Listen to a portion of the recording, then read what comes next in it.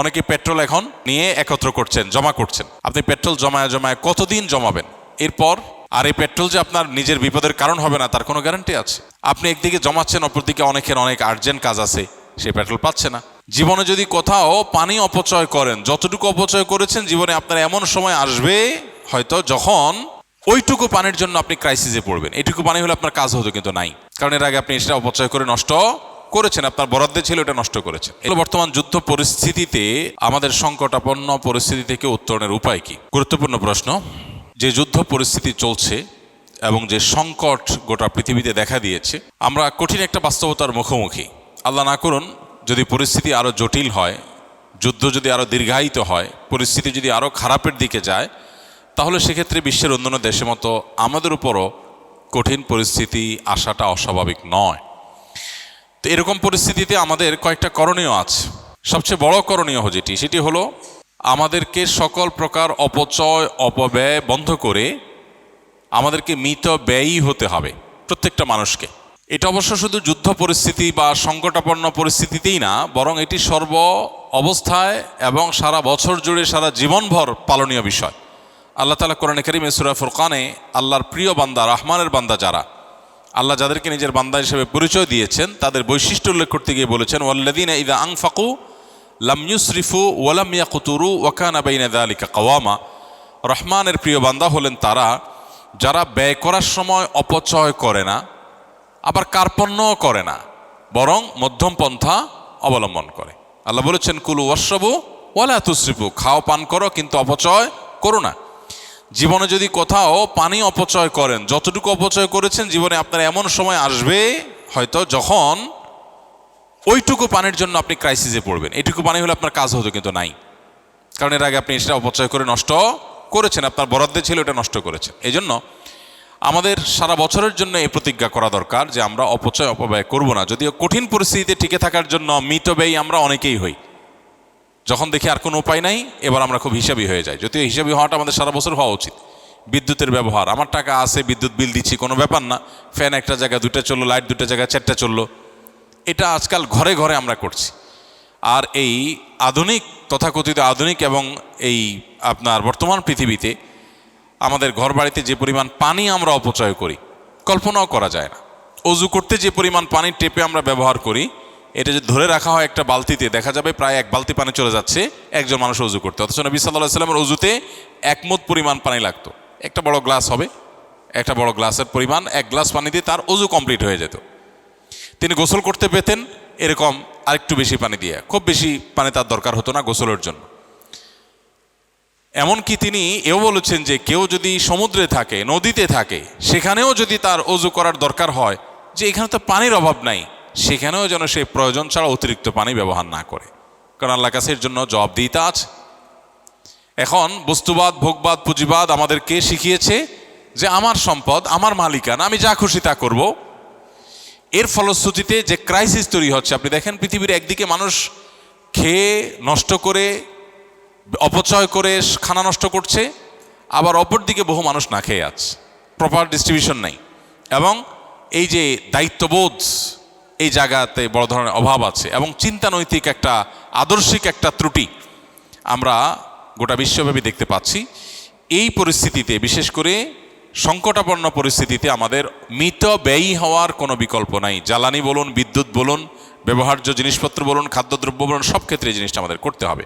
Number 2, খাদ্য এবং নিত্য পণ্য, অতি প্রয়োজনীয় জিনিসপত্র যেগুলো আমাদের প্রতিদিনের দরকার হয়, এগুলো গুদামজাত করার যে একটা কালচার আমাদের দেশে একটু সংকটাপন্ন পরিস্থিতি হলেই শুরু হয়, এই জায়গা থেকে আমাদেরকে দূরে থাকতে হবে, বিরত থাকতে হবে। ব্যবসায়ীরা অধিক মুনাফার জন্য জিনিস সরায় রেখে ক্রাইসিস তৈরি করে এরপরে অনেক বেশি দামে, চড়া দামে তারা বিক্রি করার এই অভিপ্রায়ে তারা এই অপকর্ম করেন। আবার যারা আমরা ভোক্তা আছি, আমার প্রয়োজনের চাইতে অনেক বিপুল পরিমাণ টাকা আছে দেখে গোটা দোকান কিনে আমি বাসায় এনে রেখে ফেললাম, আমি আমার ফ্যামিলি বাঁচলে হলেও গোটা পৃথিবী ধ্বংস হয়ে যায়, যাক। এটা হলো স্পষ্টত ভুল এবং অন্যায়। নবী সাল্লাল্লাহু আলাইহি ওয়াসাল্লাম বলেছেন, লা ইয়াহতাকিরু ইল্লা খাতি, অর্থাৎ যে ব্যক্তি এরকম গুদামজাত করে, এরকম খাদ্যজাত মজুদদারি করে, এই মজুদদারি এটা অপরাধী ছাড়া কেউ করতে পারে না, যে করে সে গুনাহগার। এজন্য এরকম মজুদদারি থেকে আমাদেরকে বিরত থাকতে হবে এবং আল্লাহর উপরে ভরসা করা শিখতে হবে। আল্লাহর উপরে ভরসা করা শিখতে হবে, তাহলে ইনশাআল্লাহ সংকটান্ন পরিস্থিতিতে আল্লাহ তাআলার রহমত বা অনুগ্রহ পাবো। আপনার জিনিস আপনাকে বাঁচাবে না, কয়দিন বাঁচবেন? অনেকে পেট্রোল এখন নিয়ে একত্র করছেন, জমা করছেন। আপনি পেট্রোল জমায় জমায় কতদিন জমাবেন? এরপর আর এই পেট্রোল যে আপনার নিজের বিপদের কারণ হবে না তার কোনো গ্যারান্টি আছে? আপনি একদিকে জমাচ্ছেন, অপরদিকে অনেকের অনেক আর্জেন্ট কাজ আছে, সে পেট্রোল পাচ্ছে না।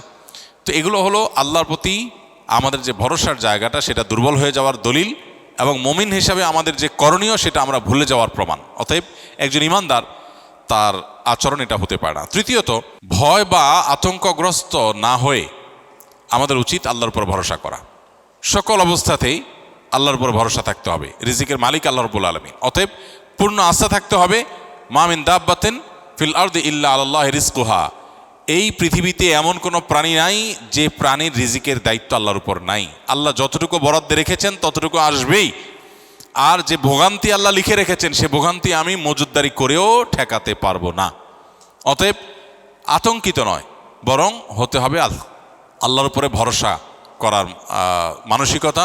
আল্লাহ বলেছেন ওমাইয়া তাওয়াক্কাল আল্লাহ ফাহুয়া হাসবুহ, যে ব্যক্তি আল্লাহর উপর ভরসা করে আল্লাহ তার জন্য কি হয়ে যান? যথেষ্ট হয়ে যান। ইমানদারের জন্য আল্লাহর উপর ভরসা এটা অনেক বড় একটা পাওয়ারফুল জিনিস, যে আল্লাহর উপর ভরসা করবে। অতএব আতঙ্কিত হওয়া যাবে না। আমাদের এই যে মজুদদারি, যত রকমের অসৎ উপায়, এগুলো মূলত আতঙ্কিত হওয়া থেকেই হয়। আতঙ্ক না হয়ে আল্লাহর উপর ভরসা করতে হবে। নাম্বার 4, দেশের প্রতিটা খালি জায়গা যেখানে চাষযোগ্য বা চাষ করা যায় সেখানে চাষাবাদ করা দরকার। আমরা আমাদের শৈশবে ছেলেবেলায় ছোট সময় দেখেছি আমাদের মা চাচিরা গ্রামের বাড়ির উঠোনে তারা লাল শাক বুনতেন, তারা লাউ লাগাতেন, গাছ লাগাতেন, শিম গাছ লাগাতেন, বিভিন্ন রকমের ফসল চাষ করতেন। আমি খুব সচেতনভাবে লক্ষ্য করেছি যে এখন সেই গ্রামে, সেই বাড়িতেই যাই, সেই মা চাচিরাই আছেন, কিন্তু এখন আর কোনো ঘর বাড়ির সামনে উঠানে খালি জায়গাগুলোতে সেরকম গাছ লাগাতে দেখা যায় না। কারণ এখন সবার কাছে কম বেশি টাকা আছে, ছেলে দেশে বিদেশে থাকে, উপার্জন করে, কেন এগুলো করবে? অনেক ছেলে বাবা মাকে উল্টা নিরুৎসাহিত করে যে কোনো কাজ করবা না, তুমি বসে বসে খাও, আমি এত টাকা করতেছি, কাজ কামাই করছি কেন, তাহলে তুমি কেন কষ্ট করবে? তো এটা হলো আমাদের অনেক বড় একটা ভুল। আল্লাহ না করুন যুদ্ধ পরিস্থিতিতে যদি সংকটাপন্ন পরিস্থিতি তৈরি হয়, দুর্ভিক্ষের মতো পরিস্থিতি তৈরি হয়, আল্লাহ না করুন যদি আরও প্রলম্বিত হয়, এই যুদ্ধ না হোক, পরবর্তীতে কখনো হয়, তাহলে আমাদের টিকে থাকার জন্য আর কিছু না থাকলে হোক খাদ্যটা দরকার। এই খাদ্যটার যোগান, আমরা এখন যে বিদেশি খাদ্যের উপর নির্ভরশীল, আমরা যে এখন বাহিরের যে ফুড এটার উপর নির্ভরশীল, এই নির্ভরশীলতা কমানোর জন্য আমাদের নিজেদের স্বয়ংসম্পূর্ণতা আনার জন্য প্রত্যেকটা মানুষকে তার আশপাশে চাষাবাদ করার অভ্যাস গড়ে তুলতে হবে। গ্রামে গঞ্জে এখন আর বাড়ির উঠোনে, ঘরের আশেপাশে গাছ টাছ লাগাতে দেখা যায় না। আগে এমন চাল খুব কম পাওয়া যেত, এমন ঘর খুব কম পাওয়া যেত যে ঘরের চালে কোনো না কোনো গাছের লতা পাতা এটা নাই। আর এখন আপনি খুঁজে দেখেন 100-র ভিতরে 2-4টাও পাবেন না। এটা দুর্ভাগ্যজনক একটা পরিণতি আমাদের। আমরা পৃথিবীর এই ঝকঝকে আধুনিক বাস্তবতা এটা দেখে আমরা ভুলে গেছি যে আমাদের চাষাবাদ হলো আমাদের বেঁচে থাকার মূল মাধ্যম। আমরা অতিরিক্ত পশ্চিমাদের উপরে ডিপেন্ডেন্ট হয়ে গেছি। আমরা অনেকটাই আপনার আমদানি নির্ভর হয়ে গেছি। আমদানি নির্ভর, গম বন্ধ হয়ে গেলে আমাদের বেকারি বন্ধ হয়ে যাবে, আমাদের রুটি বন্ধ হয়ে যাবে, আমাদের খাবার বন্ধ হয়ে যাবে, শেষ। অতএব এই জায়গা থেকে প্রত্যেকটা মানুষ যদি আমরা সচেতন হই, শুধু এই পরিস্থিতি না, সব সময় চাষাবাদ করা একটা ইবাদত, একটা নেকামল। চাষাবাদ করা একটা নেকামল। আপনি সওয়াবের নিতে চাষাবাদ করবেন, সওয়াবের নিতে চাষাবাদ করবেন। এর আগে আমি বারবার বলেছি, আমরা চাষাবাদ করার চেষ্টা করি, ঢাকায় থেকেও চেষ্টা করি, আলহামদুলিল্লাহ, খেতে করার চেষ্টা করি, শুধু ছাদে না। হ্যাঁ, সবার হয়তো জায়গা নেই, আমার নিজের জায়গাও নেই, আমি আরেকজনের জায়গাতে করতেছি, আমি নিজের জায়গা করছি তা না। তো আপনি আরেকজনের জায়গা বলে যদি করেন, খুঁজেন, মানসিকতা যদি থাকে, কোনো একটা রাস্তা বের হবে ইনশাআল্লাহ বিদিনিল্লাহ। আর বিশেষ করে গ্রামে গঞ্জে তো আমরা চাইলেই অনেকে করতে পারি। তাহলে এটা চতুর্থ করণীয়। 5 নম্বর হলো তওবা করা, ইস্তেগফার করা, আল্লাহ তাআলার কাছে পরিপূর্ণভাবে। আল্লাহ যেন আমাদেরকে এই কঠিন পরিস্থিতিতে রক্ষা করেন। আল্লাহ তাআলা সূরা নূহের মধ্যে বলেছেন, ফাকুলতু আস্তাগফিরু রাব্বাকুম ইন্নাহু কানা গাফফারা ইউরসিলিস সামাআ আলাইকুম মিদরারা ওয়া ইউমদিদুকুম বিআমওয়ালিন ওয়া বানিন ওয়া ইয়াজআল লাকুম জান্নাতিন ওয়া ইয়াজআল লাকুম আনহারা।